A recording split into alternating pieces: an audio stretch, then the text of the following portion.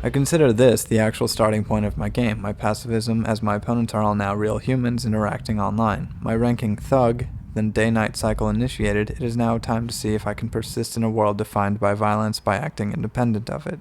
As I first delved into multiplayer, I found myself charged with one simple task: go to a clothes store. I believe it was Lamar who suggested I would blend in better or gain more respect or something. What you need to do is go get you some motherfucking gear, because you bummy as fuck. Although honestly I stopped listening to his advice, as his insight was composed entirely of insult, disparage, slur, and pure anarchical suggestion.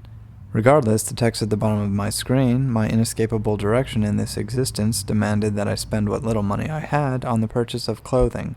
I view this text as a non-optional dictate that will never disappear until satisfied, perhaps akin to the inescapable direction one finds eat to survive as it appears in regular life. Following the rather innocuous directions imposed upon my character, I enter the clothing store to, quote, purchase some clothes.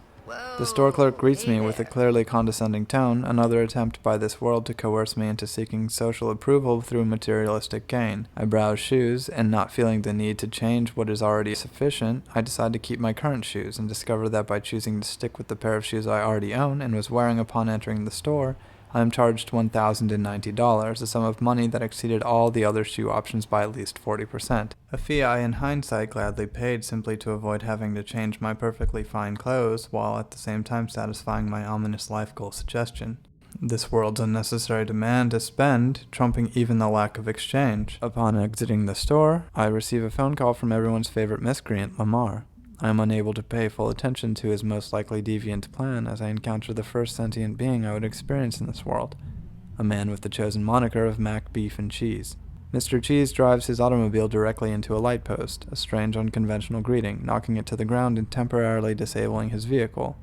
I flee, at which point Mr. Cheese either decides to spare me, or as I choose to believe, was simply lacking of driving skills and did not have the time to officially greet me while he directed the police towards an important CSI investigation. Having missed most of Lamar's one-sided conversation and glad the phone call was over, I follow another tip to hold up and press A to accept an invite before realizing it was a direct consequence of Lamar's ravings. Instantly regretting yet another one of these so-called tips, I have new terrifying and ominous directions. Go to the store.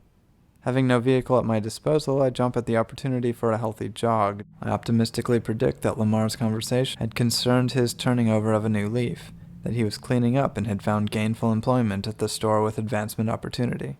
Such dreams are immediately shattered as the text changes to hold up the store, Lamar's strategy completely dull-witted and bereft of creativity once again. Coming to terms with the obviously illicit nature of yet another one of Lamar's ploys, I pull out my phone to abandon the mission. Finding this phantom job on either the job list or the quick job list, I decide to walk away and see if the text will disappear after enough time has passed. I discard my pistol, an act that takes several tries, as I am told I am not allowed to drop my gun, and when I finally drop the pistol, I automatically pick it up again before it hits the ground. I finally escape its clutches to become an unarmed, peaceful citizen of Los Santos. Looking for work and a peaceful existence while constantly being told to hold up the store is somewhat daunting, but I choose to head to the nearest establishment to either apply for a job or, not given the option, get a haircut to improve my job hunting opportunities. Encountering the hairstylist, I learn that she has been required to padlock certain hairstyles and appearances. I get what I feel is a vast and complete change to my hairstyle, and after cycling through what I was hoping was face paint options, but what turned out to be women's makeup options, I learned that in order to grow the facial hair I desired, reminiscent of various Johnny Depp and Leonardo DiCaprio characters, I would have to achieve the rank of 6. Having spent a year's budget on haircuts in one sitting, I am forced to acknowledge that this world is clearly not designed for thrifty light spenders or minimum wagers. I also feel somewhat obligated to complete the task I unwittingly accepted, as it does not appear I will have to kill anyone, and I will be able to achieve ranking points, the value beyond inching me closer to my beard of choice still unknown. When I cannot find my gun, I enter the LTD convenience store without weapon and approach the clerk, looking in his menu for the option to hold up the store. Finding only cola and cigarettes, I buy 3 sodas and exit the menu. I explore the store, hoping the clerk has perhaps left enough change on his desk or the floor to appease Lord Lamar the Job King, but find nothing. All options exhausted, I target the clerk and put up my dukes, immediately alerting the police to my standing on the other side of the counter. I try intimidating the clerk by drop-kicking the candy bars to no avail, only desirous of $1 or whatever exchange is necessary to satisfy Lamar, and with no intent of hurting him. I run, now on the lam for putting up dukes. I climb into the neighboring houses to hide from the police, desperately hoping they too did not have Lamar's inescapable orders, something to the extent of kill GoldVision or arrest GoldVision for the rest of their lives. A policeman uses a relatively offensive expletive Cocksucker! while firing at me, kicking on my second principle, self-preservation. I flee the police and in my desperation find an abandoned vehicle to escape with.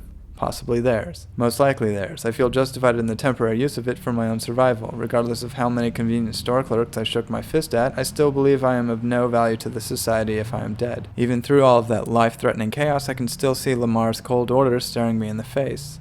Knowing that a firearm would be required to hold up the store, I drive my loaned vehicle to an apparent 24/7 gun store with the intent of purchasing the least dangerous item to evoke the proper response from the clerk. It becomes apparent that my extravagant spending spree of a haircut and my own shoes would make all available firearms too expensive.